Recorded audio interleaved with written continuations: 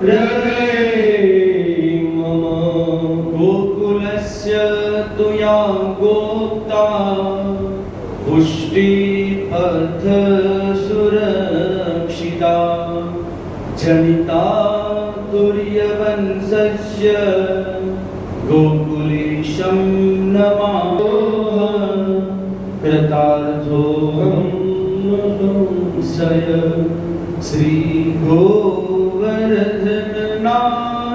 पादयुगल हयं नवीनं प्रिय नित्यं श्रीमथुराधिपं सुखकरं श्रीविठ्ठलेशं मृगा श्रीमद्वारवतीश गोकुलपति श्रीगोकुलेन्द्रं विभो श्रीमन्मथमोहनं नटवरं श्रीबालकृष्णं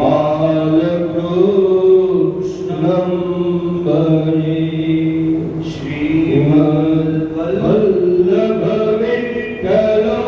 गिरिधर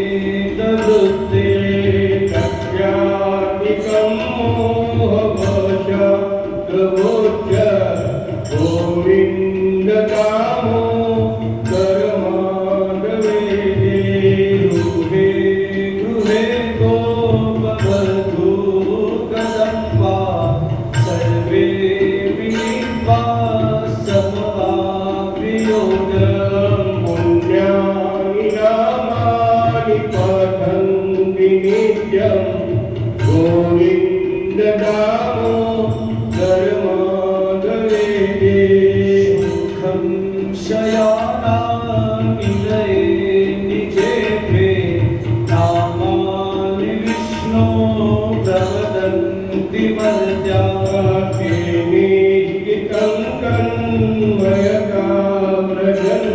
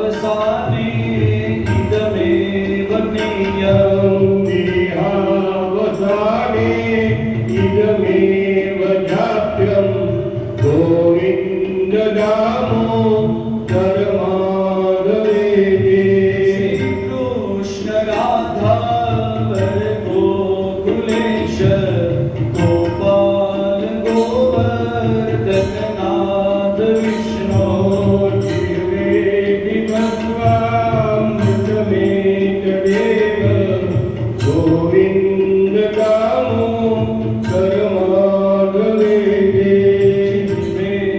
સત્મે મધુર પ્રિયાપ સત્યમ હિતમ પરમં વદામી આવડ એકા મધુરાક્ષરાણુ ગોવિંદ ગામો કરમાગવે ત્વામેવ યાચે મમ દેહિ જીવે સર્વાગતે દંડધરે પ્રકાંતે વક્તવ્યમેવં સુમધુરસુભક્ત્યા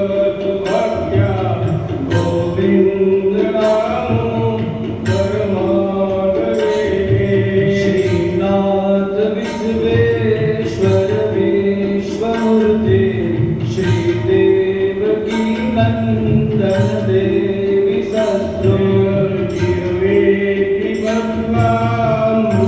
ભગવામૃતમેકદેવ ગોવિંદ નામો કરમાગવે ગોપીપતે કંસરીપો મુકુંદ લક્ષ્મીપતે કેશવ વાસુદેવ જીવેતિ ભગવામૃતમેકદેવ ગોવિંદ નામો કરમાગવે ગોવિંદ દામોદર માધવેતિ ગોવિંદ નામો કરમાગવે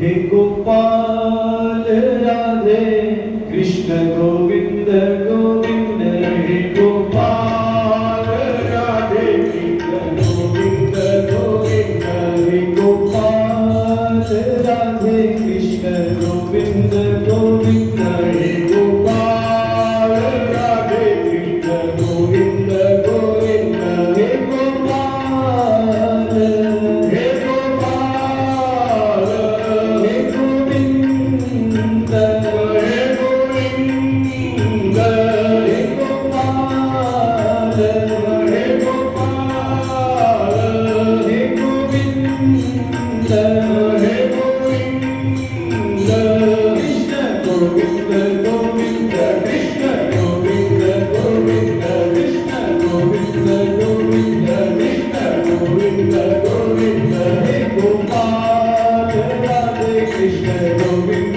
ગોવિંદ હે ગોપાલ રાધે કૃષ્ણ ગોવિંદ ગોવિંદ હે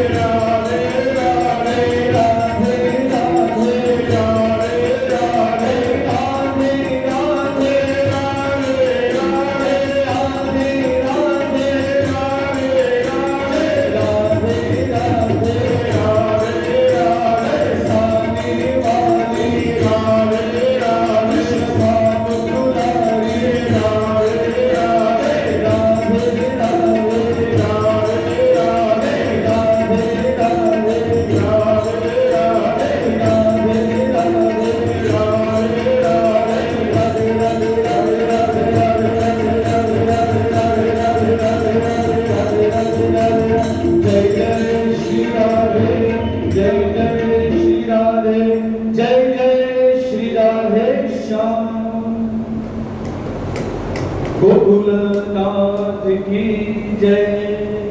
श्रीमद् भागवत भगवान की जय। ओम नमो भगवते वासुदेवाय। ओम परम मंगलमय परम प्रभु श्री अखिलेश्वर अकारण करुणा वरुणालय भक्तवांछा कल्पतरु श्री बालकृष्ण भगवान की वांगमय शब्दमय वाणीमय प्रतिमूर्ति स्वरूपा श्रीमद् भागवत जी ना चरण में नमस्कार वंदन प्रणाम करूं છું। आ अधिक पुरुषोत्तम मास में भगवान की आ भागवत जी की कथा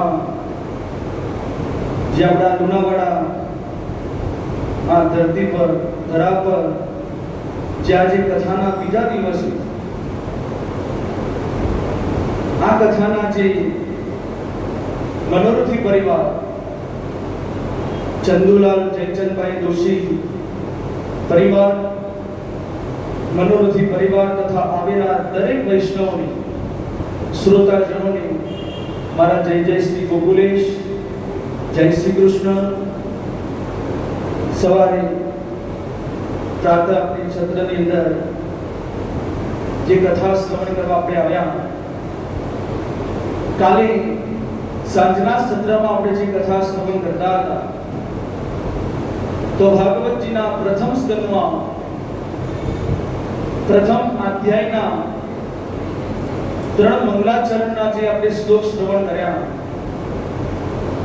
જે મહર્ષિ વેદવ્યાસજીએ જે મંગલાચરણ બતાવ્યું છે પહેલો શ્લોક આપણે સમજ્યા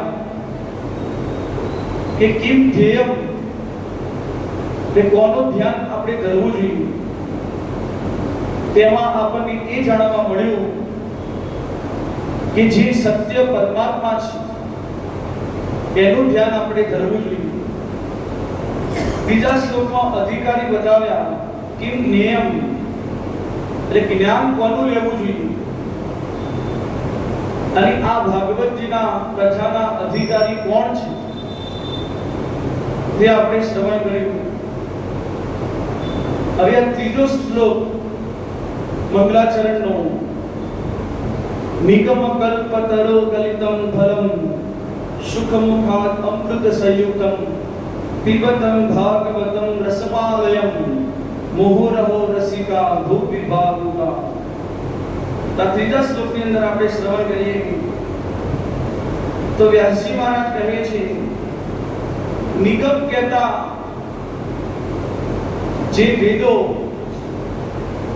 વેદને નિગમ કહે છે અને વેદ રૂપી કલ્પ વૃક્ષનો જો પાકેલું જે ફળ હોય એને જ ભાગવતજી કહેવાય છે। કલ્પ વૃક્ષનું આ ફળ છે તો કોઈએ કહ્યું વ્યાસજી મહારાજ આ કલ્પ વૃક્ષનું ફળ છે પરંતુ આ ફળ પડ્યું કેવી રીતે જો ફળ વૃક્ષ ઉપરથી નીચે પડે તો ફૂટી જાય। ત્યારે વ્યાસજી મહારાજ કહે છે કે આ ફળ ડાયરેક્ટ નીચે નથી પડ્યું ઇનડાયરેક્ટ પડ્યું છે કે ડાળી પ્રતિ ડાળી પર પડતું પડતું આ ફળ કલ્પ વૃક્ષનું ફળ આ ભાગવતજી આપણને બધાને પ્રાપ્ત થયું। તો વ્યાસજી મહારાજ સમજાવતા કહે છે કે પહેલા શ્રીમદ નારાયણ ના મુખમાંથી 4 શ્લોક નીકળ્યા એ 4 શ્લોક એમને એમના પુત્ર બ્રહ્માજીને આપ્યા।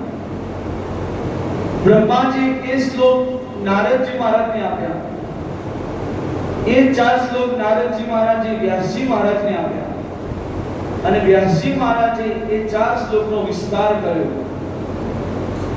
અને જ્યારે મહર્ષિ વેદવ્યાસજી એ જ્યારે વિસ્તાર કરી એમના પુત્ર સુખદેવજી મહારાજને ભણાવ્યા અને સુખદેવજી મહારાજ પાસે પછીની પરીક્ષિત રાજાને જ્યારે કથા શ્રવણ કરાવી ત્યારથી બધાને આપણને આ કલ્પવૃક્ષનું ફળ આપણને મળ્યું છે। એટલે વ્યાસજી મહારાજ કહે આ ફળ ડાયરેક્ટ નથી મળ્યું પરંતુ પ્રતિ ડાળી પર પડતું પડતું નીચે આવ્યું છે, એટલે આ ફળ સુરક્ષિત છે, એને કંઈ પણ કંઈ થયું નથી. અને કહે છે વ્યાસજી મહારાજ કે મારું આ ફળ પણ મીઠું જ હશે. તો એવું કહેવાય કે તમે કેવી રીતે એવી તો ગેરંટી આપો કે આ ફળ મીઠું જ હોય? ફળ ખાટું પણ હોઈ શકે, પરંતુ તમે કેવી રીતે આ ગેરંટી આપો કે આ ફળ મીઠું જ હોય? કેમ કે કોઈ ફળ વેચવાવાળા આપણે જોઈએ તો દરેક પોતપોતાના ફળોની વેચવાવાળો તારીફો જ કરે કે ભાઈ મારા ફળ તમે લઈ જાઓ, મીઠા છે, અમૃત જેવા, કાપીને પણ આપણને ખવડાવે. પરંતુ આપણે ત્યારે વિશ્વાસ એના પર કરીએ કે ન પણ કરીએ, ત્યારે વ્યાસજી મહારાજ ગેરંટીથી કહે છે કે મારા આ કલ્પ વૃક્ષનું ફળ જે નીચે પડ્યું છે એ એટલું બધું મીઠું છે, જેટલો રસ તમે ખાશો પીશો એટલો બધો ચસ્કો તમને વધારે લાગ્યા જ કરશે. પરંતુ કેવી રીતે આપણે વિશ્વાસ કરીએ? ત્યારે વ્યાસજી મહારાજ કહે છે સુગમુખાદ અમૃત સંયુક્તમ, કે જેવી રીતે ફળોનો ચાખવામાં જે પોપટ ગમે તે ફળમાં કોઈ દિવસ પોપટ ચાટ મારે નહીં, પરંતુ પોપટને જે ફળ મીઠું લાગે એને બહારથી જ એને ખબર પડી જાય તો જ એ ફળની અંદર એ ચાટ મારે છે. તો વ્યાસજી મહારાજ કહે છે મારા પુત્ર સુખ કહેતા જે સુખદેવજીને પોપટ કહે છે સુખમુખાદ અમૃત સંયુક્તમ, કે મારા પુત્ર સુખદેવજીનો આમાં મોલ આવ્યું છે આ ભાગવતજી રૂપી ફળમાં. તો કે હું અવશ્ય ગેરંટીથી તમને કહું છું કે આ ફળ અવશ્ય મીઠું જ હશે. અમૃતમ ત્રય સંયુક્તમ પીબત ભાગવતમ રસમાલયમ. ત્યારે કોઈ કહેવા લાગે કે વ્યાસજી મહારાજ આ ફળ હોય તો ફળને તો ખાવાનું હોય, પરંતુ તમે તો શ્લોકમાં કહો છો પીબતમ, તમે આને પીવો, પાન કરો, તો ફળને તો કેવી રીતે પીવાનું હોય? અને રસમાલય રસથી કે ભરપૂર તમે બતાવો છો. જેવી રીતે કોઈ રૂમની અંદર પુસ્તક ભર્યા હોય તેને આપણે પુસ્તકાલય કહીએ, જેવી રીતે દૂધની વસ્તુ બનતી હોય તેને આપણે દુગ્ધાલય કહીએ, એવી રીતે આ રસથી ભરપૂર છે તેને રસમાલય કહ્યું છે. થોડો ઘણો નહીં પરંતુ ભરપૂર રસ તમને આની અંદર મળશે, તમે આનું પાન કરશો તો રસમાલયમ. અને કહ્યું મુહુરહો રસિકા ભૂમિ ભાવુકા. તો વ્યાસજી મહારાજ કહે છે હે રસિકજનો, હે ભાવિકજનો, તમે આવીને આ રસનો પાન કરો. તો કોઈ કહેવા લાગ્યું વ્યાસજી મહારાજ તમે રસિકજનો અને ભાવુકજનોને કેમ બોલાવો છો? આ સાર્વજનિક પરેડ નથી, ગમે તે આવીને પી શકે? ત્યારે વ્યાસજી મહારાજ કહે કે આ રસ બધાને મળી શકે તેમ નથી, આ છે તો સાર્વજનિક બધા માટે, પરંતુ જેની તરસ છે એ આ પાન કરશે તો અવશ્ય તેને એમાં સંતોષ થશે, એને એનો સ્વાદ આવશે. જેવી રીતે કોઈ રેગિસ્તાનમાં રણમાં ચાલતા ચાલતા કોઈ વ્યક્તિ આવતા હોય, એની પાસે જઈને તમે ઠંડો પાણીનો લોટો ભરીને આપો તો તરત જ કંઈ તમને પૂછશે નહીં કે તમે ક્યાંથી પાણી લાવ્યા, શું લાવ્યા, આરોમાંથી લાવ્યા, કુવામાંથી લાવ્યા, માટલામાંથી લાવ્યા, કંઈ પણ તમને પૂછશે નહીં. ગડગડાટ પાણી પી જશે. કેમ કે તેની તરસ રણમાં ગરમીમાં ચાલતા ચાલતા આવ્યા હોય, એની પાસે તમે પાણી ગમે તે આપો તો પી જ જવાનું. બસ એવી જ રીતે તમે જુઓ તો કોઈ એસી રૂમમાં બેઠા હોય, ઠંડો ભરપૂર રૂમ હોય, અને તમે ત્યાં જઈને તમે એને પાણી આપો તો તરત ત્યારે કહેશે તમે આ પાણી ક્યાંથી લાવ્યા, આરોમાંથી લાવ્યા, મિનરલ લાવ્યા, ગાળીને લાવ્યા, ક્યાંથી લાવ્યા, લોટો સ્વચ્છ કરીને લાવ્યા હતા. ઘણા બધા પ્રશ્નો તમને પૂછશે. કેમ કે તેની અંદરથી તરસ જ નથી, એને તમે પાણી લાવ્યા પરંતુ પીવું નથી. એટલા માટે વ્યાસજી મહારાજ કહે છે કે આ રસ તો બધા માટે છે, પરંતુ જે રસિક જણો છે, જે ભાવુક જણો છે, એના માટે તમે એને રસ પીવડાવો. કેમ કે જેની તરસ છે એવા શ્રોતાઓને તો જ્યાં પણ કથા બેસીએ છે, કોઈ કયા યજમાન છે, કયા મનોરથી પરિવાર છે, કોણ કથાના વક્તા છે એ પણ જાણતા નથી, પરંતુ કથા છે આટલામાં ત્યાં પહોંચી જાય કથાનો રસપાન લેવા માટે. પરંતુ જે નજીકના આપણા સગાવાલા હોય એમને તો તમે ખૂબ આમંત્રણ આપો, ફોન કરીને કહો તમે એકવાર તો 7 દિવસમાં આવજો, પરંતુ તો પણ આવે નહીં. એ કેવા કે જેને પાણી પીવાની તરસ જ નથી એમના. અને જે ભાવિક જનો, જે રસિક જનો છે એમને તો ગમે ત્યાંથી તમે બોર્ડ વચ્ચે જાહેરાત પહોંચશે, તરત જ એમને ખબર પડશે કે આ જગ્યાએ સત્સંગ આ તારીખથી આ તારીખે થવાનો છે, આ એનો સમય છે. તે જ સમય તે જ તારીખે તો ભાવિક જનો પહોંચી જાય છે. અને તમે જે સગાવાલાને તમે પોતાને કહેશો તો ઘણા એમ પણ કહેશે કે અમારી પાસે તો ટાઈમ જ નથી, અમારી પાસે તો બિલકુલ ટાઈમ નથી, અમે કેવી રીતે આવીએ. અને જેના પાસે બધું કામ હોય છે પરંતુ તે ટાઈમ કાઢીને પણ જે કથા શ્રવણ કરવા આવે છે, એટલા માટે વ્યાસજી મહારાજે કહ્યું કે આ કથાનો રસ જે ભાવિક જણો છે અને રસિક જણો છે એમને તમે આ પીવડાવો. તો પીબતમ ભાગવતમ રસમાલયમ મુહુરહો રસિકા ભૂવિ ભાવુકા. કે આને કહે છે મુહુરહો. મુહુરહો તો એ થાય કે તમે એકવાર નહીં, બે વાર નહીં, પણ અનેક વાર તમે વારંવાર આ રસને તમે પીતા રહો. જેટલો તમે રસ વધારે પીશો એટલો અંદર તમને આમાં આનંદ આવવા લાગશે. એક વખત બે વખતમાં તમને ખબર નહીં પડે, પરંતુ વારંવાર તમે આ ભાગવતજીની કથા શ્રવણ કરતા રહેશો તો તમને અંદરથી એટલો બધો રસ મળતો રહેશે.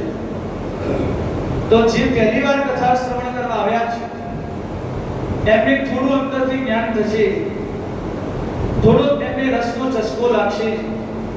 પછી ધીરે કરતા જેટલી વાર વારંવાર તે શ્રવણ કરવા આવશે ત્યારે તેમને આ ભાગવતજીનું જ્ઞાનનો બોધ થશે.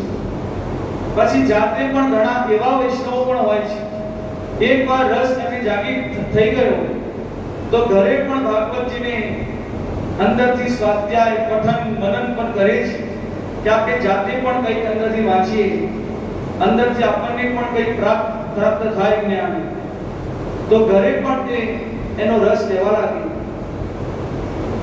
એટલા માટે વ્યાસજી મહારાજે કહ્યું આ શ્લોકની અંદર કે કિમ પેયમ, એટલે કે આ રસને પીવા વાળો છે, પરંતુ જે રસિક જનો, ભાવિક જનો એમને તમે પીવડાવો.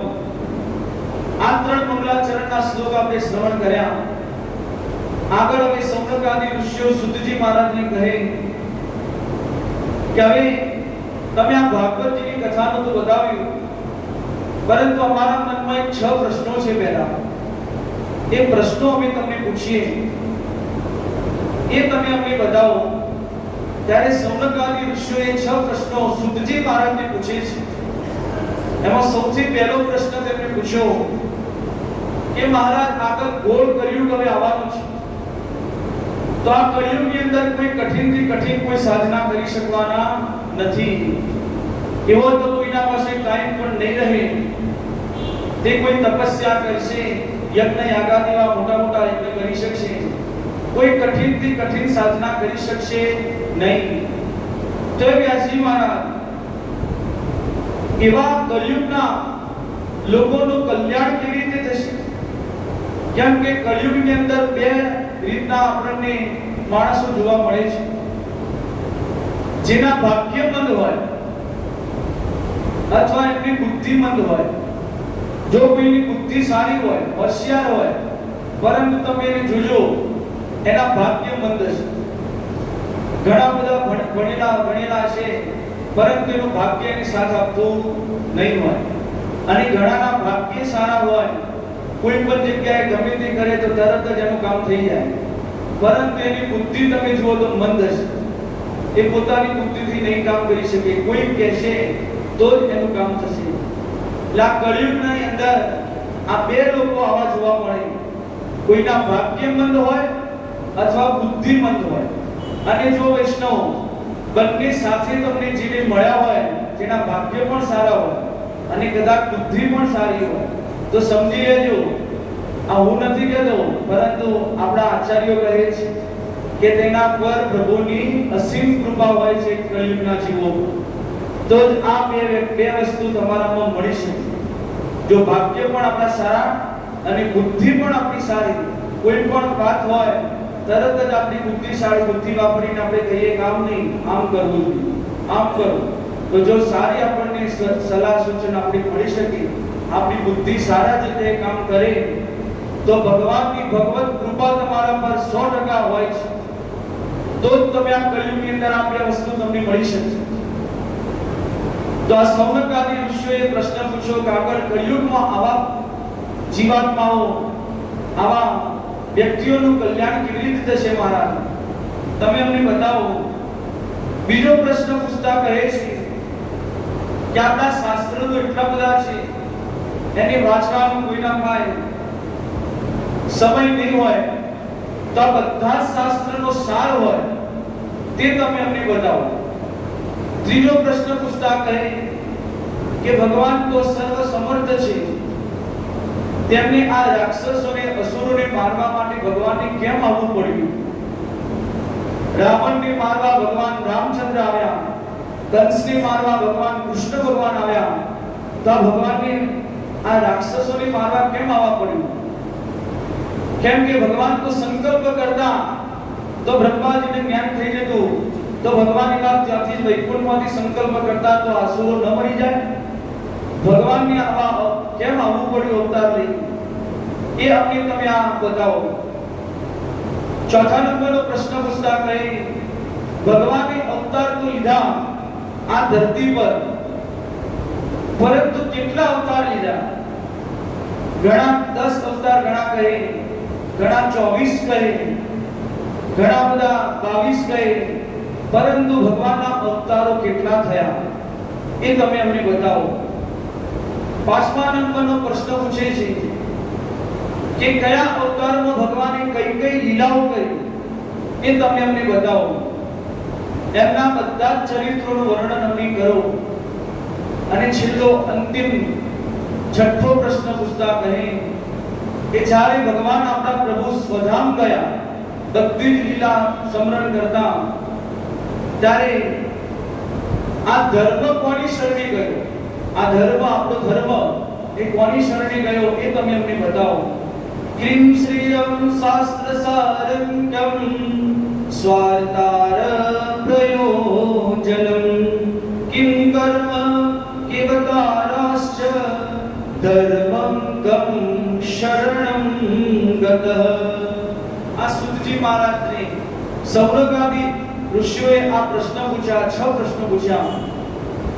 ત્યારે સુતજી મહારાજ એટલા બધા પ્રસન્ન થઈ ગયા કે સૌનકાદિ ઋષિઓ તમે તો એટલા સરસ આ પ્રશ્ન પૂછ્યા. આ 6 પ્રશ્નોનો તમે જે વિસ્તારથી જવાબ આપ્યો એ જ આપણા ભાગવતજી. ભાગવતજીની અંદર આ બધા જ પ્રશ્નોનો ઉત્તર આપ્યો. આ 6 પ્રશ્નોનો એ જ આપણા ભાગવતજીની અંદર. પરંતુ સુતજી મહારાજ કહેવા લાગ્યા કે તમે જે પ્રશ્નો પૂછ્યા, પરંતુ એનો હું જવાબ તમને આપું, પરંતુ મારા ગુરુનું પહેલા ધ્યાન ધરી લઉં, મારા ગુરુની વંદના કરું, પછી હું તમને આ જવાબ આપું છું. તેમના ગુરુનું ધ્યાન કરવા લાગ્યા સુતજી મહારાજ. યમ પ્રવચંતમનુપેતમ પેત કૃત્ય દ્વેપાયનો વિરહકાતરઃ જુવાવ પુત્રેતિ તન્મયા તરવો વિનિન્દુ સ્તં સર્વભૂતં હૃદયં મુનિમાનતોસ્મિ યસ્વાનુભાવમખિલં શ્રુતિસારમેક માધ્યાત્મદીપમતિતિર્ષતતાંતમોઘં સંસારિણા કર્ણયા પુરાણગૃહ્યં તં વ્યાસસૂનુપયામિ ગુરુ મુનિના. તેમના સુતજી મહારાજના ગુરુ કોણ હતા? સુત પુરાણીના ગુરુ કોણ? તો સુખદેવજી મહારાજ એમના ગુરુ છે. કેવી રીતે ગુરુ ભાઈ તે માને છે કે જ્યારે મહર્ષિ વેદવ્યાસજી અધ્યયન કરાવતા હતા એમના આશ્રમની અંદર, ત્યારે સુખદેવજી મહારાજ પણ ભણતા હતા અને બાજુમાં એમની સાથે આ સુતજી મહારાજ પણ ભણતા હતા. એટલે સુતજી મહારાજે એમના ગુરુ ભાઈ તરીકે સુખદેવજી મહારાજને માને છે. એટલે આ ધ્યાન કર્યું કે મારા ગુરુનું ધ્યાન ધરવું, તો સુતજી મહારાજના જો ગુરુ હોય તો સુખદેવજી મહારાજ. બોલો સુખદેવજી મહારાજ કી. તો હવે સુખદેવજી મહારાજ નવ્યા ચરિત્ર કે એમનો જન્મ કેવી રીતે થયો હતો આપણને શ્લોકમાં તો ભાગવતજીમાં એટલું બતાવે જ્યારે એનો જન્મ થયો અને તરત જ પ્રવચન થઈ ગયા, વનમાં જતા રહ્યા. પરંતુ કૌશિકી સંહિતાની અંદર, ભાગવતજીની અંદર કથા નથી આ, પરંતુ કૌશિકી સંહિતાની અંદર એક કથા બતાવે છે કે જ્યારે કૈલાસમાં શંકર અને પાર્વતી, ત્યાં નારદજી મહારાજ ગયા એકવાર.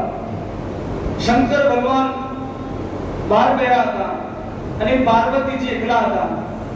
તો પાર્વતીજીને નારદજી મહારાજ એમના ગુરુ તે પાર્વતીજી માનતા હતા. તો આવીને નારદજી મહારાજ જેવા આવ્યા તો પાર્વતીજી કહે, આવો ગુરુદેવ, તમારું સ્વાગત છે કૈલાસની અંદર.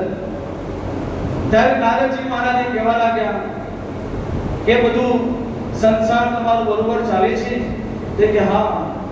કે તમારા અંદર અંદર જે પ્રાણી છે, તમારા વાહન, એ પણ કેવા અંદર આનંદથી રહે છે? તો કે મને પણ લાગ્યું તમારા કૈલાસમાં તો તમે આનંદથી રહો છો. તો જેવી રીતે ભવાની અને પાર્વતીજીનું વાહન કહેવાય સિંહ, શંકર ભગવાનનું વૃષભ કહેવાય, ગણપતિ દાદાનું ઉંદર કહેવાય અને એમના કાર્તિક સ્વામીનું વાહન મયુર કહેવાય. આ બધા અંદર અંદર તમે જુઓ તો અંદર અંદર વેરી કહેવાય, આમ દુશ્મન કહેવાય. પરંતુ કૈલાસમાં બધા સાથે રહે છે, કોઈ અંદર અંદર શત્રુતા રાખતા નથી. શંકર ભગવાનના ગળામાં સાપ હોય, એ સાપ અને મોરબી પણ હોય, બે ઉંદર હોય એને પણ, પછી બળદ, પછી વૃષભ અને સિંહ, એમને પણ અંદર અંદર બધામાં શત્રુતા હોય. પરંતુ નારદજી મહારાજ કહે, તમારા કૈલાસમાં તો બધા શત્રુતા છોડી અને આનંદથી રહે છે. ત્યારે પાર્વતીજીને કહે, શંકર ભગવાન તમને કેટલો પ્રેમ કરે છે? તે પાર્વતીજી કહે, કેટલો બધો, અમારે બંનેની તો વાત ન થાય. તો કહે, બધી જ વાત તમને બતાવે છે. ત્યારે પાર્વતીજી કહે, હા, અમને તો બધી વાત મને કહે, મારાથી કઈ છૂપું રાખતા નથી. તો નારદજી મહારાજે કહ્યું, માં ભવાની, તમે ગમે તે કહો, પરંતુ પ્રભુએ તમને, શંકર ભગવાને એક વાત તમને હજુ કહી નથી, એક વાત તમારાથી છુપાવે છે. ત્યારે પાર્વતીજી માનતા નથી. પાર્વતીજી કહે, ના, એવું ના હોઈ શકે કે તમે આજે હમણાં શંકર ભગવાન આવે તો તમે પ્રશ્ન પૂછો કે તેમના ગળામાં મુંડોની માળા પહેરે છે, તે કોની માળા પહેરે છે? તમે પૂછો. પાર્વતીજી કહે કે મહારાજ, તમારી વાત તો સાચી, આ વાત તો કે મને પણ કોઈ દિવસ ખબર નથી. તો કે તમે તો કહેતા હતા કે મને શંકર ભગવાન બધી વાત બતાવે છે, તો તમને આ મુંડોની માળાની કેમ તમને કહ્યું નથી? ત્યારે પાર્વતીજીની તો મનમાં એવું ભરાઈ ગયા અને નારદજી મહારાજને જે મેં કહેવું હતું કહી દીધું અને તરત જ નારદજી તો નારાયણ નારાયણ કરતા નીકળી ગયા. આ બાજુ કૈલાસમાં શંકર ભગવાન આવ્યા. શંકર ભગવાને કહ્યું, ઓ નારદજી મહારાજ, ક્યારે તમે આવ્યા? થોડી વાર તો વારો સ્વાગત કરી. ના કે પ્રભુ, મારું કામ થઈ ગયું, હું હવે જાઉં છું બીજે. તરત જ શંકર ભગવાન પાસેથી નીકળી ગયા. આ બાજુ શંકર ભગવાન ભવાની પાસે આવીને બેઠા અને આવીને કહેવા લાગ્યા કે નારદજી મહારાજ આવ્યા હતા, તો કેમ થોડી વારમાં નીકળી ગયા? શું કામ હતું? ત્યારે આ બાજુ તો પાર્વતીજી રિસાઈ બેસી ગયા છે, કે બોલતા નથી. એટલે શંકર ભગવાન સમજી ગયા કે આ કંઈક ને કંઈક કહીને ગયા લાગે છે. તો આ પાર્વતીજી કઈ બોલતા નથી. શંકર ભગવાન એમને મનાવવા લાગ્યા. ત્યારે પાર્વતીજી કહે છે, પ્રભુ તમે મારી સામે બોલશો નહીં. તમે બધી વાત મને તમે કહો, પરંતુ તમે મારાથી એક વાત છુપાઈ છે. ત્યારે શંકર ભગવાન કહે, દેવી કઈ વાત તમારાથી મેં છુપાવી નથી. અને હું કઈ વાત હોય તો તમે કહો કે તમે આ મુંડોની માળા પહેરશો તે તમે મને કેમ બતાવી નથી. આ મુંડોની માળા એ કોની માળા છે? એનું રાજ કોઈ દિવસ તમે મને આજ સુધી બતાવ્યું નથી. તો તમે મને કહો કે આ મુંડોની માળા કોની પહેરો છો? ત્યારે શંકર ભગવાને કહ્યું કે આ મુંડોની માળા હું તને સમય આપશે ત્યારે કોઈ વાર કહીશ. ત્યારે પાર્વતીજી કહે, ના, આજે જ પ્રભુ તમારે કહેવું પડશે. ત્યારે શંકર ભગવાને કહ્યું કે આ મુંડોની માળા બીજા કોઈની નહીં, પરંતુ તારા જ મુંડોની માળા હું આ પહેરું છું. તારા જેટલા જેટલા જન્મ થાય અને તું પછી શરીર છોડી તો હું તારાથી પ્રેમમાં વિરહથી રહી શકતો નથી. તારા મુંડની માળા અંદર લગાવી દઉં છું, નામ ભરી દઉં છું. તો પાર્વતીજી કહે કે આટલા બધા મારા જન્મ થયા. ત્યારે શંકર ભગવાન કહે, હા, આ બધા જ મુંડો તારા છે અને આ તારા જ મુંડોની હું માળા પહેરું છું. તો પાર્વતીજી કહે કે તમારા આટલા બધા જન્મ થયા અને તમારા કોઈ દિવસે મૃત્યુ થતું જ નથી. તમે તો અમરનાથ બનીને બેઠા છો. ત્યારે શંકર ભગવાન કહે, હા, હું અમર છું, હું કોઈ દિવસે મારું મૃત્યુ થતું નથી. તો કે કેમ નથી થતું? ત્યારે શંકર ભગવાને કહ્યું, મેં ભગવાનની અમર કથા મેં સાંભળી છે, એટલા માટે હું અમર છું. અને પાર્વતીજી કહે, તો મને પણ કોઈ દિવસ તમે કથા સંભળાવો તો હું પણ અમર થઈ જાઉં, તો મારે પણ કોઈ દિવસ એવો મૃત્યુ થાય નહીં. ત્યારે શંકર ભગવાન કહે, હું તને કોઈ દિવસ પછી બતાવીશ. ત્યારે પાર્વતીજી તો હટ કરી કે ના, આજે જ તમે કથા મને આ બતાવો. ત્યારે શંકર ભગવાન કહે, પરંતુ કે તારા અને મારા સિવાય કોઈ હોવું જોઈએ નહીં, તો જ હું આ કથા તને બતાવું. જો કોઈ ત્રીજો વ્યક્તિ, કોઈ ત્રીજો જીવ આ કથા સાંભળી ગયો તો હું કથા બંધ કરી દઈશ. ત્યારે પાર્વતીજી કહે કે આપણા કૈલાસમાં આપણા બંને સિવાય કોઈ નહીં હોય. હું આજુબાજુ બધા જ પક્ષી, નાના મોટા કોઈ પણ જીવાત્મા બધાને ઉડાડી દઉં છું. ત્યારે પાર્વતીજી આજુબાજુ ચક્કર મારતા બધાને ઉડાડી દીધા. બધા કોઈ જીવાત્મા કૈલાસમાં બધાને બહાર મોકલી દીધા. ત્યારે આવીને શંકર ભગવાને કહે કે પ્રભુ તમે મને હવે કથા બતાવો, કોઈ આત્મામાં નથી. ત્યારે શંકર ભગવાને કહ્યું કે દેવી, આ કથા હું કહું પરંતુ મારી આંખો બંધ છે. હું આંખો બંધ કરી મારા ભગવાનની સમાધિમાં બેઠો બેઠો હું કથા કહીશ. જો તારે કથા શ્રવણ કરતા કરતા હુંકારો આપવો પડશે, હા પ્રભુ હું એવો હુંકારો આપવો પડશે, તો મને પણ ખબર પડે કે તું કથા શ્રવણ કરે છે. ત્યારે પાર્વતીજી કહ્યું, હા પ્રભુ. અને આ બાજુ શંકર ભગવાને કથા હવે પ્રારંભ કરી. બોલો ભાગવત ભગવાન કી જય. જ્યારે કથા પ્રારંભ કરી, આ બાજુ એક જે વૃક્ષની નીચે બેઠા હતા એ વૃક્ષની ઉપર માળામાં એક પોપટનું નાનું બચ્ચું, હજુ તાજું જન્મેલું, નાનોની પાંખો પણ એટલી બધી હતી નહીં, અને બેઠું તો એને સાંભળી લીધી બધી વાત કે મારા સિવાય આ કૈલાસની અંદર બીજું કોઈ નથી. અને આ ભગવાન હવે અમર કથા પ્રારંભ કરી રહ્યા છે. તો જો હું ઉડવાની તો મારામાં કોઈ શક્તિ નથી, તો આ કથા જો મને મળી રહી છે તો હું સાંભળું, તેને કથા શ્રવણ કરવાનું નક્કી કર્યું. આ બાજુ કથા પ્રારંભ થઈ. જેવો પહેલો સ્કંદ, બીજો સ્કંદ કથા થઈ, પાર્વતીજીની તો નિંદ્રા આવી ગઈ. એ તો સૂઈ ગયા. નિંદ્રા દેવી આવી ગયા, સૂઈ ગયા પાર્વતીજી. અને ત્યારે શંકર ભગવાનની આંખો તો બંધ છે. અને આ બાજુ પેલા પોપટના બચ્ચાને થયું કે પ્રભુએ ભગવાને તો કહ્યું તો હુંકારો આપવાનો, તો પાર્વતીજી તો સૂઈ ગયા. હવે ભગવાન જો આ કથા બંધ કરી દેશે તો આ કથા મારા માટે અધૂરી રહી જશે. તો એ પોપટના નાના બચ્ચાએ હુંકારો હું એવું બોલવાનું શરૂ કર્યું. આ બાજુ શંકર ભગવાને ખબર પડી નહીં અને કથા પ્રારંભ રહી. જ્યારે કથા દસમ સ્કંદ જ્યારે વિરામ થવા આવી ત્યારે છેલ્લે ભગવાને શંકર ભગવાને જય બોલાવી, બોલો ભાગવત ભગવાન કી જય. ત્યારે જેવી જય જયકાર કરી ત્યારે પાર્વતી દીદી જાગી ગયા. હો કે પ્રભુ કથા પૂરી થઈ ગઈ? કે હા, કથા વિરામ થઈ ગઈ. તો કે શંકર ભગવાન કહે તમે નિદ્રામાં સૂઈ ગયા હતા? અને પાર્વતીજી કહે હા, થોડી મને પણ ઊંઘ આવી ગઈ, મેં પાછળની કથા તમારી સાંભળી નહીં. તો શંકર ભગવાન કહે તું નથી સાંભળતી તો કોઈ હુંકારો તો આપતો હતો. મેં કથા કહી પરંતુ હું કરી હુંકારો કોઈ આપતો હતો તો આપણા બંને સિવાય કોઈ ત્રીજું હોય હોવું જોઈએ. શંકર ભગવાન તરત એટલા બધા ક્રોધમાં આવી ગયા, ત્રિશૂળ હાથમાં લીધું અને આમ તેમ દોડવા લાગ્યા કે કોઈએ મારી કથા ચોરી છે, મારી કથા કોઈ અહીંથી સાંભળી છે. જે પણ જીવા કૈલાસમાં ત્રીજો હોય તે પ્રગટ થઈ જજે બહાર, હું તને છોડવાનો નથી. આ બાજુ પર પાણામાં બેઠો બોલો પોપટનું નાનું બચ્ચું ગભરાવા લાગ્યું કે આ પ્રભુ મને મારી દેશે. પરંતુ એને કથા જેવી સાંભળી હતી એટલે એને પણ થોડી અંદરથી પુષ્ટ થયું, પાંખો પણ એને આવી, ઉડવાની શક્તિ પણ એને મળી ગઈ. ત્યારે તે ઉડવાની કોશિશ કરતા કરતા એવું આકાશમાં ઉડવા લાગ્યું.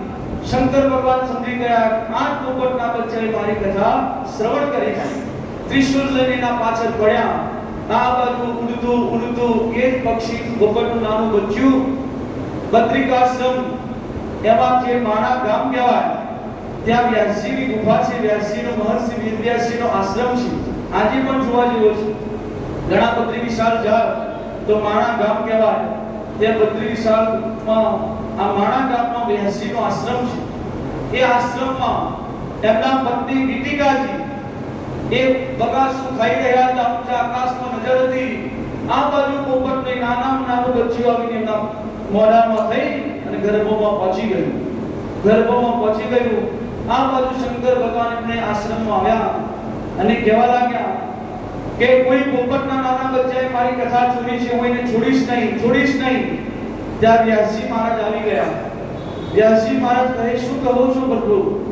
કે હા, મારા કૈલાસમાં અમર કથા તેને ચોરી છે, મારી કથા તેને સાંભળીને દોડ્યું છે, હું એને મારીશ, એને હું છોડવાનો નથી.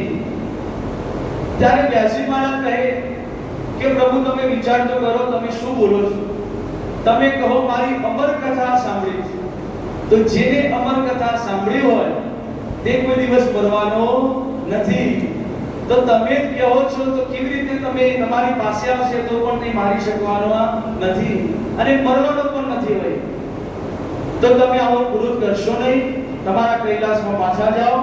જેને પણ સાંભળી છે તે લોકોનું હિત માટે એવો પરમહંસ હશે તો જ એની કથા શ્રવણ કરી છે. તમે ચિંતા કરશો નહીં એમ સમજાવતા વ્યાસજી મહારાજે શંકર ભગવાનને કૈલાસમાં મોકલી દીધા. આ બાજુ ગર્ભમાં જે નાનો પોપટનું બચ્ચું એટલું બધું ગભરાઈ ગયું અને વિટિકાજીના ગર્ભમાં 12 વર્ષ સુધી ત્યાં અંદર રહ્યા. જન્મ ધારણ નથી કરતા.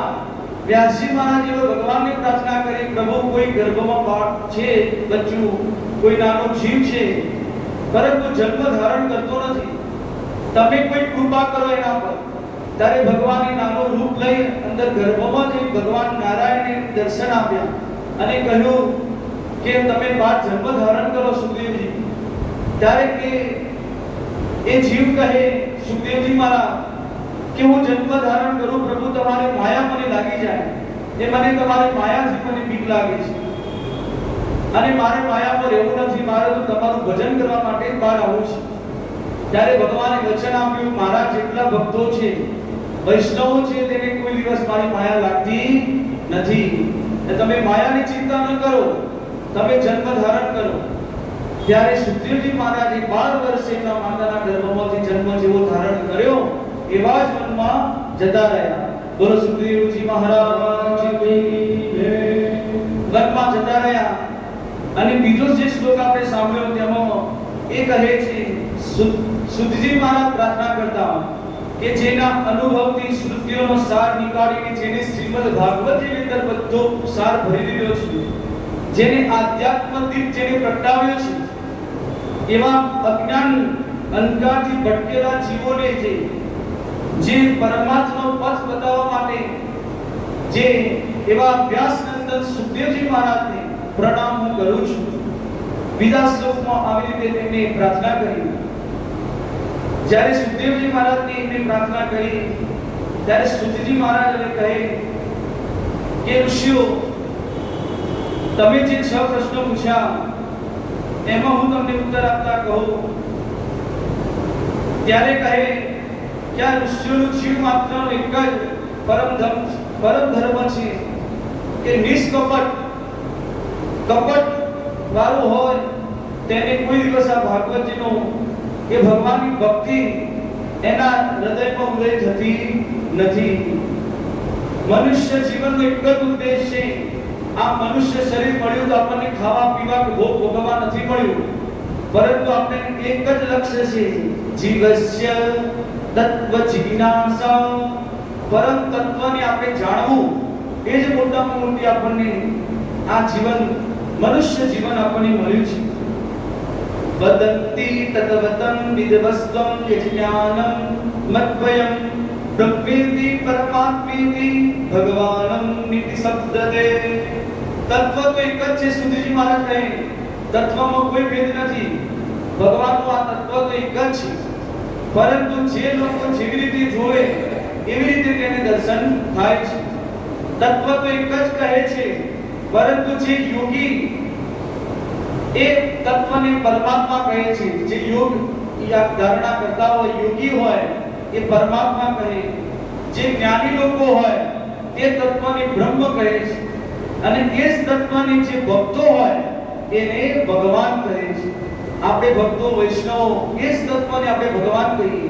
જ્ઞાની લોકો બ્રહ્મ કહે, યોગી લોકો પરમાત્મા કહે, પરંતુ તત્વમાં કોઈ ભેદ નથી. એક જ તત્વ છે, પરંતુ જે રીતે તમે જુઓ એ જ પ્રમાણે તમારા દર્શન થાય.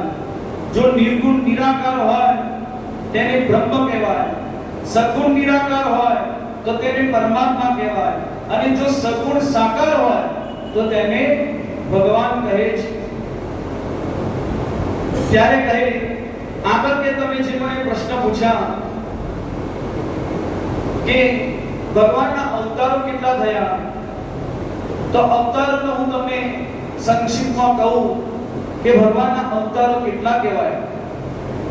ત્યારે કહેવા લાગ્યા સિદ્ધજી મહારાજ કે ભગવાને બ્રાહ્મણો માટે 6 અવતાર પહેલા લીધા. એ 6 અવતાર હું તમને પહેલા કહું.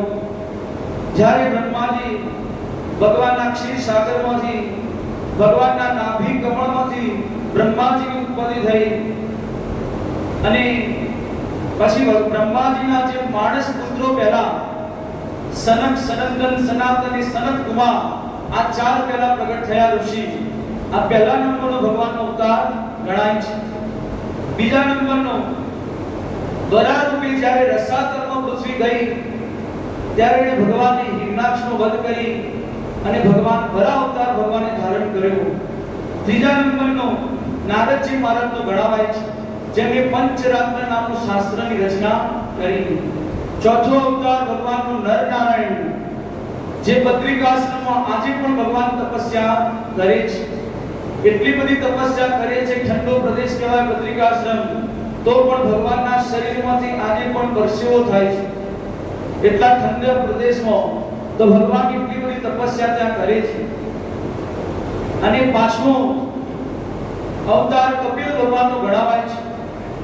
છઠ્ઠો અવતાર અત્રિ મુનિ સતી અંસુરિયાના ત્યાં ભગવાન દત્તાત્રેયજી થયા, એ છઠ્ઠો અવતાર. તો આ જે 6 અવતાર ગણાયા એ બ્રાહ્મણો માટે ભગવાને લીધા. હવે 4 ભગવાને ક્ષત્રિયો માટે લીધા. એ કયા કયા અવતાર? તો 7મા નંબરનો જે અવતાર ભગવાન યજ્ઞ ભગવાન થયો રુચિ નામના પ્રજાપતિને ત્યાં યજ્ઞ ભગવાનનો. 8મો અવતાર ભગવાનનો થયો નાભી રાજાને ત્યાં ઋષભદેવજીનો થયો. 9મો અવતાર પૃથ્વીરાજાનો. ઋષિઓ જ્યારે પ્રાર્થના કરી ત્યારે ભગવાન પૃથ્વી અવતારમાં ભગવાન પ્રગટ થયા. અને 10મો અવતાર ગણાવાય છે મત્સ્ય રૂપે, મત્સ્ય અવતાર ભગવાને ધારણ કર્યો. આ 10 અવતાર દશાવતાર પણ ભગવાનના કહેવાય છે. પછી આગળ અમે 11, 12 અને 13 આ ભગવાનની વૈશ્યો માટે ભગવાને 3 અવતાર ધારણ કર્યા. 11મો અવતાર જ્યારે સમુદ્ર મંથન થતું ત્યારે ભગવાન નીચે આધાર આપવા માટે કશ્યપ રૂપ ધારણ કર્યું. એ 11મો અવતાર ગણાવાય છે. 12મો અવતાર ભગવાન જ્યારે ધન્વંતરીનો કુંભ લઈને ભગવાન પ્રગટ થયા, એ ધન્વંતરી ભગવાન એ 12મો અવતાર ગણાવાય છે. 13મો અવતાર ભગવાને જ્યારે અમૃતનો કુંભ આવ્યો ધન્વંતરી ભગવાન, ત્યારે દાનવો, દૈત્યો, દેવતાઓ આમ તેમ પડાપડી કરવા લાગ્યા. ત્યારે જ ભગવાને મોહિની અવતાર ધારણ કર્યો. ત્યારે 13મો અવતાર મોહિનીનો ગણાવાય છે. પછી બાકીના જે અવતારો, જે 14મો અવતાર નૃસિંહ ભગવાનનો કહેવાય છે, 15મો અવતાર વામનજીનો, વામન ભગવાનનો, 16મો અવતાર પરશુરામજીનો, 17મો અવતાર વ્યાસજી મહારાજનો, 18મો અવતાર અયોધ્યામાં ભગવાન રામચંદ્ર રૂપે ભગવાન પ્રગટ થયા, એ 18મો, 19મો અને 20મો અવતાર એ બલરામજી અને ભગવાન શ્રી કૃષ્ણ, એ 19મો અને 20મો અવતાર ગણાવાય છે. 21મો અવતાર મગધ દેશ, એટલે આપણે જે આજે બિહાર કહીએ છીએ તેને મગધ દેશ કહેવાય. ત્યાં દેવતાઓના, ઋષિ દૈત્યોને, અસુરોને મોહિત કરવા માટે ભગવાન અજના પુત્ર ના રૂપે ભગવાન બુદ્ધ અવતાર થશે એવું એમને આ ભાગવતજીની અંદર લખ્યું હતું. 22મો અવતાર કલ્કી રૂપે, આ કળિયુગનો જ્યારે અંત આવશે ત્યારે હજુ ભગવાનનો એક અવતાર બાકી છે જેને કલ્કી અવતાર કહે છે. એ 22મો અવતાર ગણાવાય છે. આ શ્રીમદ ભાગવતજીની જ્યારે રચના થઈ ત્યારે બુદ્ધ અવતાર પહેલા થઈ, એટલે એવું લખવામાં આવ્યું કે બુદ્ધ અવતાર થશે. અત્યારે બુદ્ધ અવતારની થઈ ગઈ 2500 વર્ષ થયા છે. આજે આજની તારીખથી તમે જુઓ તો 2500 વર્ષ પહેલા આ બુદ્ધ અવતાર થઈ ગયો છે. અને 22મો અવતાર જે કલ્કી, એના પછી 2 અવતાર એવા ગણવામાં આવે છે જે ધર્મ અને મનુગણો, હરિ અવતાર પણ ભગવાન કીધો હતો, એ તમે ગણો તો 23 અને 24, એ રીતે કુલ 24 અવતાર એ ગણાવાય છે. પરંતુ કહે છે ભગવાનના આ 24 અવતાર નહીં ગણવા. કહે છે આચાર્ય તો ભગવાનના તો અનેક અવતારો થયા છે. 1, 2, 10 કે 14 કે નહીં, 22 નહીં, 24 નહીં, અનેક અવતારો ભગવાને લીધા છે.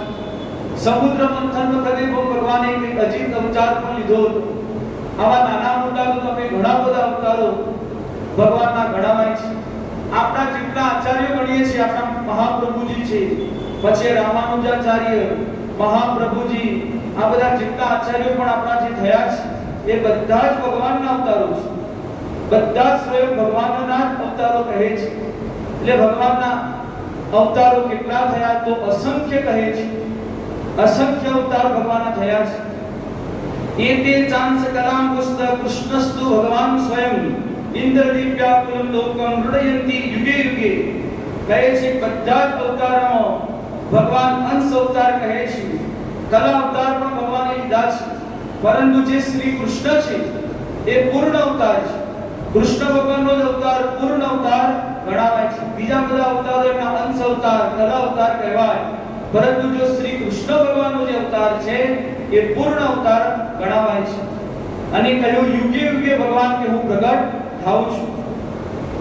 ત્યારે આગસ્તુજી મહારાજ કહે નારાયણમ નમસ્કૃત્ય નરમ ચૈવમ નરોત્તમં દેવીમ સરસ્વતીમ વ્યાસો તતોર્ષય મુદીરે.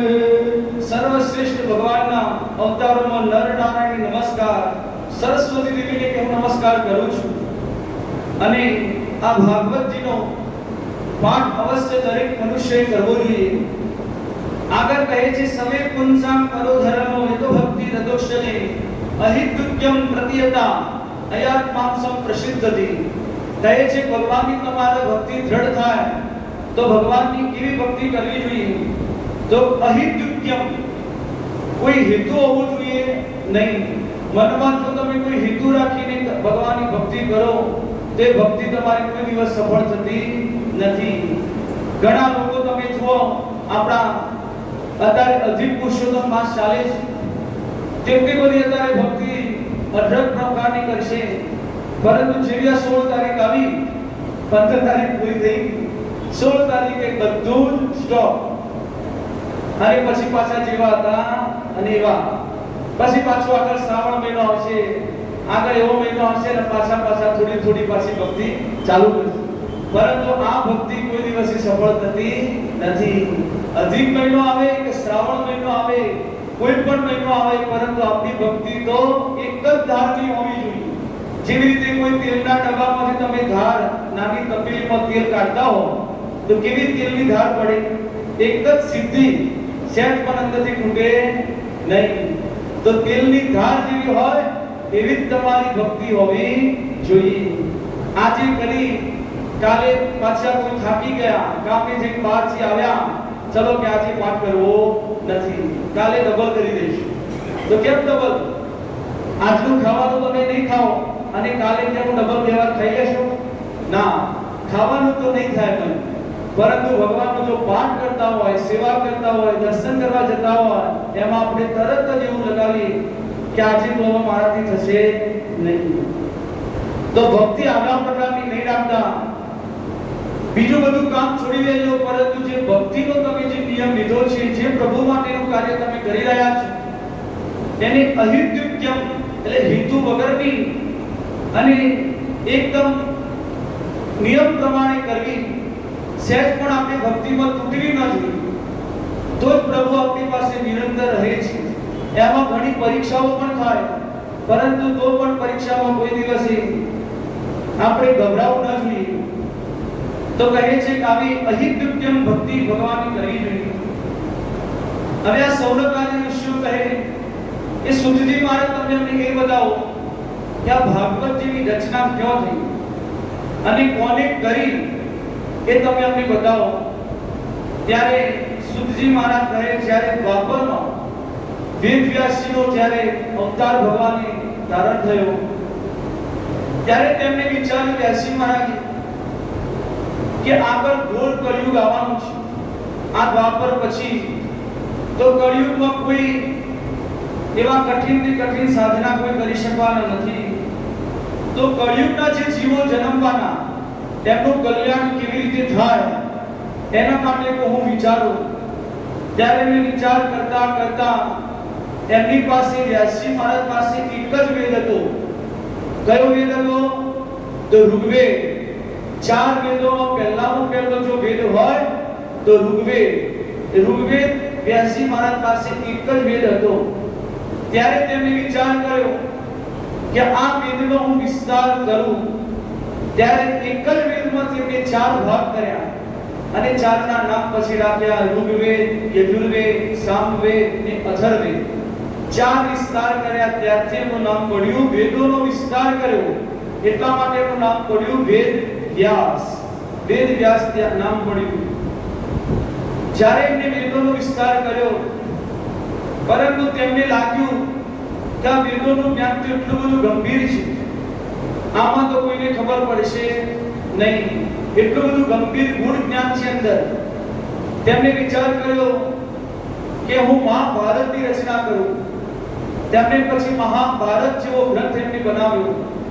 મહાભારતની તેમણે રચના કરી, જે મહાભારતની અંદર 1 લાખ શ્લોક કહેવાય છે. આ ભાગવતની અંદર તો 18,000, પરંતુ મહાભારતની અંદર 1 લાખ શ્લોક કહેવાય છે. મહાભારતમાં બધા જ ઉપનિષદનો સાર એમને ભરી દીધો છે. અને જે મહાભારતમાં છે તે બધું જ અંદર આવી ગયું. અને જે મહાભારતમાં નથી એ કોઈ જગ્યાએ બહાર તમને મળવાનું નથી. બધું જ એમની અંદર વ્યાસજી મહારાજે બતાવ્યું. 6 ખંડોમાં પ્રકાશિત છે મહાભારત. આપણા ઘણા બધા ભક્તો, વૈષ્ણવ પણ એવું વિચારતા હોય, આપણા આચાર્યો પણ કહે છે, સંતો મહાત્મા કહે છે કે એવી ગ્રંથિ દરેકના અંદર બંધાવી ગઈ કે મહાભારત ઘરે રખાય નહીં. મહાભારત રાખો તો ઘરમાં ઝઘડા થાય. પણ આ બિલકુલ ખોટી ખોટી વાત છે, બિલકુલ ખોટી વાત છે આ કે જે મનમાં આવી ગ્રંથિ લોકોને બંધાઈ ગઈ.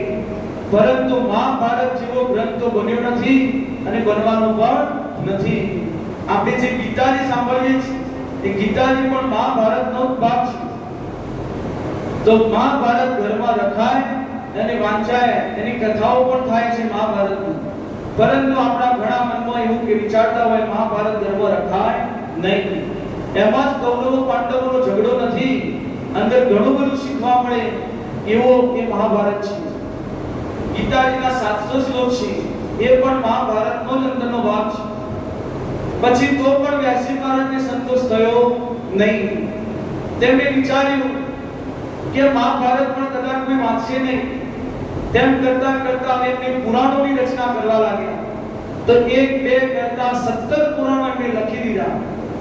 17 પુરાણો લખ્યા ત્યારે પણ હજી મનની સંતુષ્ટિ થઈ નથી. ત્યારે વિચાર કરતા કરતા એમના આશ્રમમાં ઉદાસ થઈને વ્યાસજી મહારાજ બેઠા હતા. ત્યારે નારદજી મહારાજ એમની પાસે આવ્યા. નારદજી મહારાજ આવીને કહે, પારાશર્ય મહાભાગ ભવત કશ્ચિદાત્મના પરિતુષ્યંતિ શારીર આત્માનસ એવવા. કહે છે કે વ્યાસજી મહારાજ, તમે કેમ આવા ઉદાસ પરેશાન દેખાઓ છો? કઈ ચિંતા તમને સતાવે છે?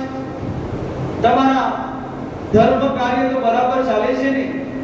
ત્યારે વ્યાસજી મહારાજ કહે કે નારદજી મહારાજ, મારા ધર્મ કાર્ય, મારો નિત્ય ક્રમ તો કમ્પ્લીટ વ્યવસ્થિત ચાલે છે, એમાં કંઈ પણ એવું નથી. તો તમે આવા ઉદાસ કેમ દેખાઓ છો? ત્યારે નારદજી મહારાજને વ્યાસજી મહારાજ કહે છે કે મેં 4 વેદ લખ્યા, મહાભારત લખ્યું, 17 પુરાણોની રચના કરી, પરંતુ મને પણ હજી સંતોષ થતો નથી. ત્યારે નારદજી મહારાજ એમને સમજાવવા લાગ્યા કે તમે બધા જ ગ્રંથોની અંદર, ધર્મ ગ્રંથોની અંદર વિધિ નિયમોની તમે બધી વાતો કરી, પરંતુ કોઈ ગ્રંથ તમે એમાં ભગવાન ગોવિંદની લીલાઓ લખી નથી. ભગવાને કેવી કેવી લીલાઓ ભગવાને કરી, એ કોઈ લીલાઓની, બાલ લીલાઓ ભગવાનની, એ કોઈ લીલાઓનું તમે વર્ણન કોઈ ગ્રંથની અંદર કર્યું નથી. તો જ્યાં સુધી તમે ગોવિંદના ગુણગાન નહીં ગાઓ ત્યાં સુધી તમારે મનને ચેન પડવાનો નથી. કે મારો પૂર્વજન્મનો ઇતિહાસ હું તમને સંભળાવું. ત્યારે નારદજી મહારાજે એમના પૂર્વજન્મની વાત તે સમજાવે છે કે હું પૂર્વજન્મમાં એક દાસીનો પુત્ર હતો. દાસીનો પુત્ર, મારી માતાની પાસે હું રહેતો, એક ગામમાં મેં રહેતા અને મારી માતાજીની હું સેવા કરતો. એકવાર અમારા ગામમાં ચતુર્માસમાં ઘણા બધા સંતો આવ્યા. ચતુર્માસમાં એમની હું સેવા કરતો મારી માતાની સાથે. મારી માતા એ સંતોની રસોઈ બનાવતી અને જ્યારે સંતો ચતુર્માસમાં આવ્યા હતા અને જ્યારે સત્સંગ કરતા ત્યારે હું તો નાનો બાળક હતો. જ્યારે મારે તો રમવા ખેલવાની ઉંમર હતી, બધા બાળકો પાસે રમવા મને બોલાવતા, પરંતુ કે હું એકવાર ભૂલેથી એ અંદર સત્સંગમાં વાતચીત મેં સાંભળી કે કોઈ કનૈયાની વાત કહે છે. એટલી બધી મને રસપ્રદ વાત ગમી. ભગવાનને એટલા બધા ગુણગાન તેમને ગાયા, એટલા બધા તેમની અંદર રસપ્રદ બધી કથાઓ કે સંતો કહેતા, તો મને એટલો બધો એમાં રસ પડવા લાગ્યો. તો હું આગળ આવીને સંતોની પાસે આવીને કથા દરરોજ શ્રવણ કરતો, ભગવાનનો સત્સંગ કરતો. સવારે, સાંજે, રાત્રે પણ સંતો સત્સંગ કરતા. આમ કરતા કરતા મને તો એટલો બધો સત્સંગમાં મને પ્રેમ થઈ ગયો. સંતોનો હું ભોજન કરાવતો, એમની એઠી જે પ્રસાદી પતરાળીમાં વધે એ હું ગ્રહણ કરતો. તો સંતોની પ્રસાદી પણ એમને ગ્રહણ કરી અને સંતોનો સંગ કર્યો, સત્સંગ સાંભળ્યો. જ્યારે ચતુર્માસ પૂરો થઈ ગયો ત્યારે સંતો તો એમના જવા માટે ગામ છોડીને જવા નીકળ્યા. ત્યારે તે મને તો એટલું બધું દુઃખ લાગ્યું કે ના, કે હું સંતો મહારાજ, હું તો તમારી પાછળ તમારી જોડે આવી, મારે તો આ ગામમાં મારા માતા પાસે રહેવું નથી, મને તમારી સાથે લઈ જાઓ. ત્યારે સંતોએ કહ્યું, બેટા અત્યારે તમારે અમારી જોડે અવાય નહીં. તમે હજુ નાના બાળક છો, માતાની ચિંતા જવાબદારી છે તમારી પાસે. જ્યારે આ માતાની જવાબદારી તમારી પાસે પૂરી થઈ જાય ત્યારે તમે સત્સંગ કરવા સંતોની પાસે આવજો. ત્યારે સંતો તો ચતુર્માસ પૂરો થયો અને જતા રહ્યા. આ બાજુ થોડા જ સમય પછી નારદજી મહારાજ કહે કે હું નાનો બાળક હતો અને મારા માતાજીની માં સાપ કરડવાથી તેમનું મૃત્યુ થયું અને ઓચિંતું મૃત્યુ થયું. તો હું એટલો બધો રડવા લાગ્યો, ઘણો બધો દુઃખી થઈ ગયો. ગામના લોકોએ થોડો અમને આશ્રય મને આપ્યો અને થોડા સમય ત્યાં રહ્યો. પછી મને પણ મનમાં એવું થયું પ્રેરણા કે હું પણ હવે આ ગામ છોડી અને બસ ભગવાનના સત્સંગમાં હું જતો રહું. તે ગામ છોડી ઉત્તર દિશા બાજુ હું નીકળી ગયો. ગામ, વાદળ, નદી, પહાડો ઓળંગતો એમ કરતા કરતા એ જન્મમાં એ શરીરને છોડી દીધું અને એ જ હું દાસી પુત્ર આ સંતોના સત્સંગથી શ્રવણ કરવાથી એ દાસીનો પુત્ર બ્રહ્માજીનો પુત્ર બની અને હું આ નારદજી મહારાજ આવી ગયો. તો ભગવાને મને આવો બ્રહ્માજીનો પુત્ર તરીકે બનાવીને મને મોકલી દીધો. નમો ભગવતે તુભ્યં વાસુદેવાય ધીમહિ પ્રદ્યુમ્નાય નિરુદ્ધાય નમ સંકર્ષણાય ચ.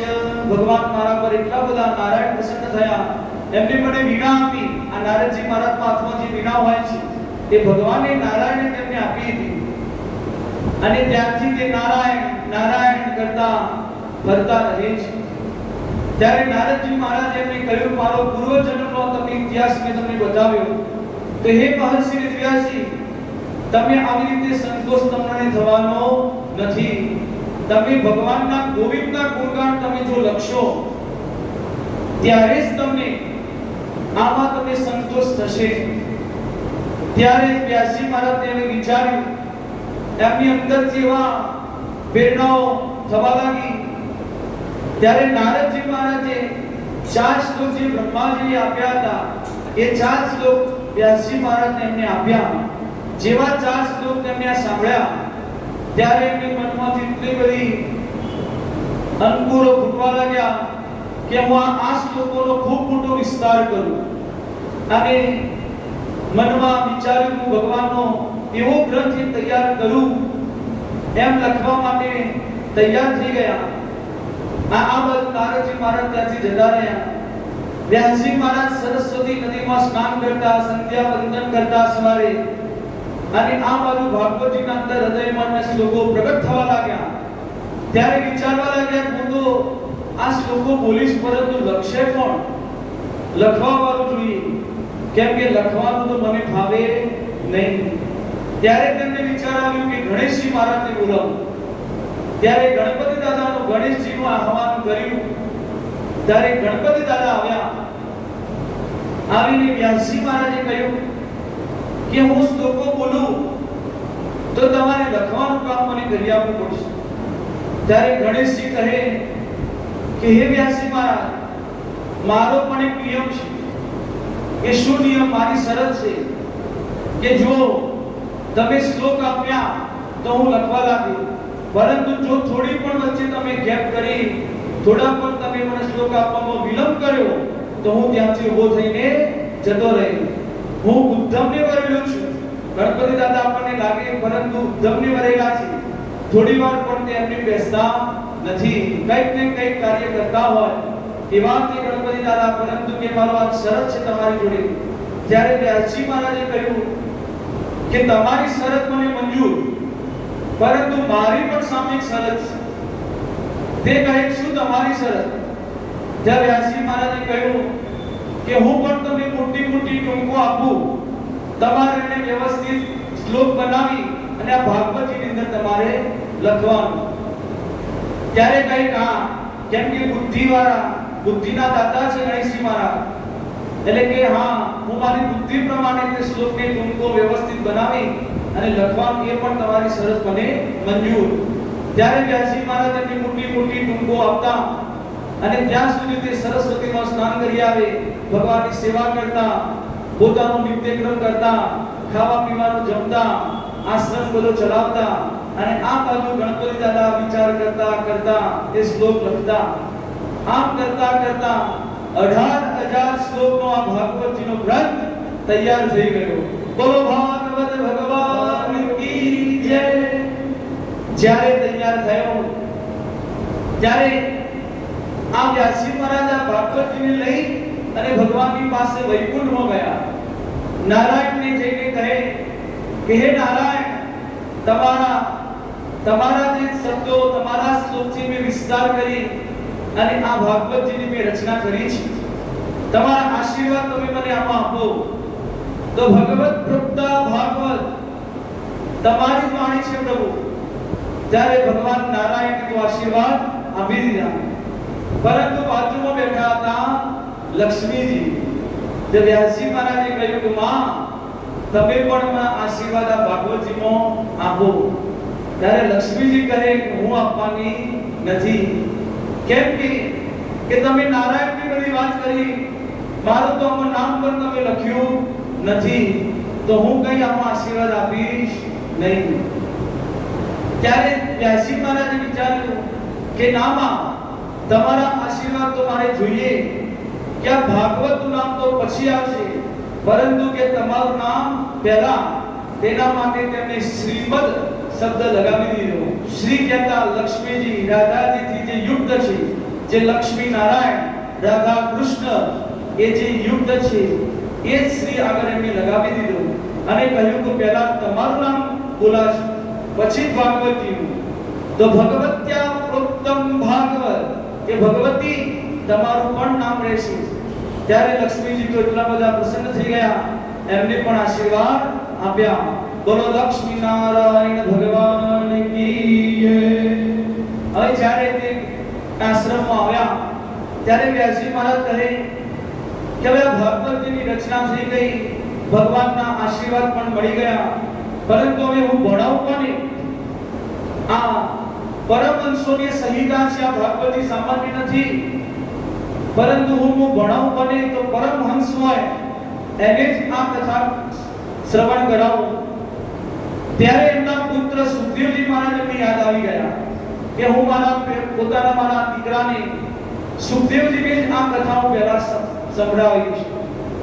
પરંતુ એ તો કે જંગલમાં જતા રહ્યા છે. જંગલમાં છે એમને કેવી રીતે પાછા લાવવા, જંગલમાં ક્યાં ગોતવા, કઈ ગુફામાં ક્યાં બેઠા છે એ મને ખબર નથી. એમને ત્યારે વિચાર આવ્યો કે હું 4 શિષ્યોને બોલાવું. તેમના આશ્રમમાંથી મેં 4 શિષ્યોને બોલાવ્યા અને કહ્યું હું તમને 2 શ્લોક આ ભાગવતજીના હું તમને આપું છું. આ શ્લોક તમારે જંગલમાં જઈ ઊંચા અવાજે એવા તમારે ગાન કરવાના. 4 શિષ્યોએ 4 દિશાઓમાં અલગ અલગ જતું રહેવાનું અને કોઈ જગ્યાએ તમે આ ગાન કરતા હો અને સુખદેવજી મહારાજના કાનમાં જો આ શબ્દો પડે અને જો તમારી પાસે આવી જાય તો તમારે કહેવાનું કે અમારા ગુરુજીએ તો આ 2 શ્લોક જ શીખવાડ્યા.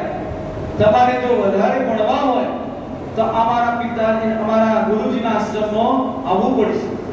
તો આવું યુક્તિ વેદવ્યાસજીએ એમને નક્કી કર્યું અને 2 શ્લોક 4 શિષ્યોને તૈયાર કરાવ્યા અને જંગલમાં મોકલી દીધા.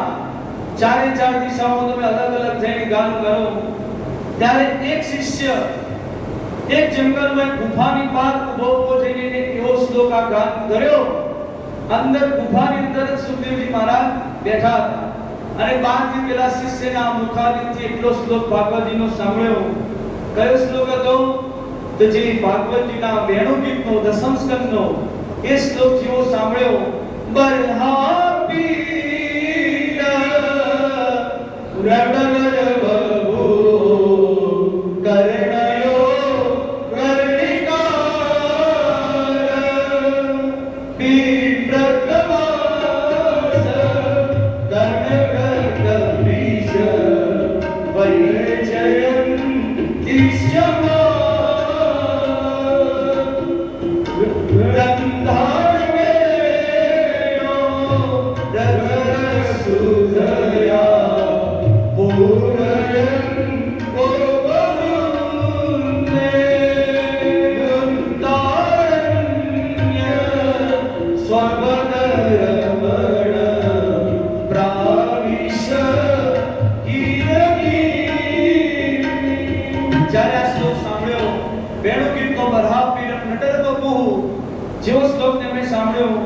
ત્યારે સુખદેવજી મહારાજ તો સમાધિમાં બેઠા હતા, જાગી ગયા કે આ તો ભગવાનનું સ્વરૂપ કેવું છે. સરસ એવું સ્વરૂપનું વર્ણન જેવા શ્લોકની અંદર તમે સાંભળ્યું કે જેને પીતાંબર પીળું પીતાંબર પહેર્યું છે, મોર મુગટ જેને ધારણ કર્યો છે, બંસી મુરલી વગાડે છે. આ બધું વર્ણન તમે શ્લોકની અંદર જેવું સાંભળ્યું, ગાયો ચલાવે છે, ગોરજ ધૂળ પણ માટીના પર ઉડે છે, એવા ગોવિંદના શ્રીઅંગ પર પડે છે. શ્રીઅંગ પર રેણુ, આગળ જાય છે ધેણુ અને વગાડે છે વેણુ. આ ત્રણનો સમાવેશ હોય છે ભગવાન પાસે. તો જ્યારે વેણુ ગોપાલ ભગવાનનો, જ્યારે તેમને વૃંદાવનનો આ ભગવાનનું સ્વરૂપનું વર્ણન તેમને જેવું સાંભળ્યું, સુખદેવજી મહારાજ તો એટલા બધા પ્રસન્ન થઈ ગયા કે મારે આ ભગવાનનું મારે એમને મળવા પડશે, એમની પાસે જવું છે. પરંતુ એમને મનમાં વિચાર આવ્યો કે જેવું કોઈનું સ્વરૂપ સારું હોય પરંતુ એમનો સ્વભાવ સારો નહીં હોય તો તેના કરતા આપણે પાસે જવું નથી. આપણે તો જ્યાં બેઠા છીએ સમાધિમાં બરોબર, આપણે તો ઉભા થવું નથી. પહેલા શ્લોકમાં આ ભગવાનનું સ્વરૂપ જોયું. હવે જ્યારે પેલા શિષ્યએ બીજો શ્લોક ગાયો, એ બીજા શ્લોકમાં ભગવાનનો એ સ્વભાવ કેવો છે એ બતાવે છે. તો જે બીજા શ્લોકમાં ગાયું તરત તેમને સાંભળવા લાગ્યા. અહો બકીય સ્તનકાલ કૂટ જિગાશયાપા યદસ્ય સાત્વે લેભે ગતિમ દાતુ ચિતામ તતુન્ય કમ્મા દયાલુ શરણમ રચેમ. જેવો બીજો શ્લોક સાંભળ્યો, સુખદેવજી મહારાજ એટલા બધા પ્રસન્ન થઈ ગયા કે આ બીજા શ્લોકમાં ભગવાનનો સ્વભાવ કેવો છે એ એમને બતાવ્યું કે જે પૂતના પોતાના સ્તનો પર વિષ લગાવીને આવી હતી અને ભગવાનને મારવા માટે જ આવી હતી, પરંતુ એ પૂતનાને યશોદા માતાની ગતિ, જેવી યશોદા માતાને ગતિ મળવાની હતી એ જ ગતિ ભગવાને પૂતનાને આપી દીધી. તેવા ભગવાન દયાળુ કોણ હોઈ શકે? આવા ભગવાન જે મારવા માટે આવી હતી એને પણ તેને ઉત્તમ ગતિ તેને આપી દીધી. તો આવા ભગવાન, એટલો બધો સુંદર સ્વભાવ છે ભગવાનનો. તમે ગમે તેટલા તમારા જીવનમાં પાપ નહીં પરાયણ હશો, ગમે તેટલા કામ થયા છે, પણ એકવાર તમે જો ભગવાનની શરણમાં જતા રહો અને કહો તવાસ્મી ઇતિ આચ્યતે, કે પ્રભુ હું તમારા શરણમાં છું, ખાલી આટલી વાર બોલો તો ભગવાન પણ એટલા બધા દયાળુ છે. તમારા અવગુણો જોતા નથી, ભગવાન તરત તે જીવાત્માને અપનાવી લે છે. આ પૂતના તો રાક્ષસી હતી, મારવા માટે આવી હતી, તો પણ ભગવાને તેને ઉત્તમ ગતિ આપી. તો ભગવાનનો સ્વભાવ કેટલો સુંદર છે. જેવો બીજો શ્લોક સાંભળ્યો ત્યારે સમાધિમાંથી ઊભા થઈ ગયા સુખદેવજી મહારાજ કે મારે તો હવે બીજા શ્લોક આવા સાંભળવા પડશે. ભગવાનનું સુંદર સ્વરૂપ છે, એમનો સ્વભાવ પણ આટલો બધો સરસ છે, તો આ ભગવાનને મારે જોવા, દર્શન કરવા પડશે. જેવા ગુફાની બહાર આવ્યા તો પેલા શિષ્યને કહે, ભાઈ આ બે શ્લોક તો સરસ ગાયા, હજુ પણ મને શ્લોક બીજા બધા મને સંભળાવો. ત્યારે શિષ્યએ કહ્યું કે અમારા ગુરુજીએ તો બે શ્લોક જ આપ્યા હતા કે હે ગુરુદેવ, તમારે જો બીજા શ્લોકો સાંભળવા હોય તમારા ગુરુજીના આશ્રમમાં તમારે આવવું પડશે. ત્યારે સુખદેવજી મહારાજ કહે છે, કોણ છે તમારા ગુરુજી? કે મારા પાછળ પાછળ આવો, હું તમને મારા ગુરુજીના આશ્રમ લઈ જાઉં. ત્યારે શિષ્ય આગળ ચાલવા લાગ્યા. પાછળ સુખદેવજી મહારાજ જાય છે અને જેવાના પિતાજીનો આશ્રમ જોયો તો સુખદેવજી મહારાજને થઈ ગયું આ તો મારા પિતાનો જ આશ્રમ છે. અને વ્યાસજી મહારાજે સુખદેવજી મહારાજને આવતા જોયા અને હૃદયથી લગાવી દીધા. અને સુખદેવજી મહારાજ કહે છે, પિતાજી હું તો આ ભગવાનના શ્લોકો આ સાંભળવા, આનો અધ્યયન કરવા આવ્યો છું, બીજી કોઈ માયામાં મને ફસાવતા નહીં. ત્યારે વ્યાસજી મહારાજે કહ્યું કે મેં આ તમારા માટે જ આ ભાગવતની રચના કરી છે અને આ તમને હું શ્રવણ તમને અધ્યયન કરાવું. ત્યારે સુખદેવજી મહારાજને ભગવાન વ્યાસજી મહારાજ એમને આ ભાગવતજીનું એમને શ્રવણ કરવા, અધ્યયન કરવા તો બધું શ્રવણ કરાવ્યું. જ્યારે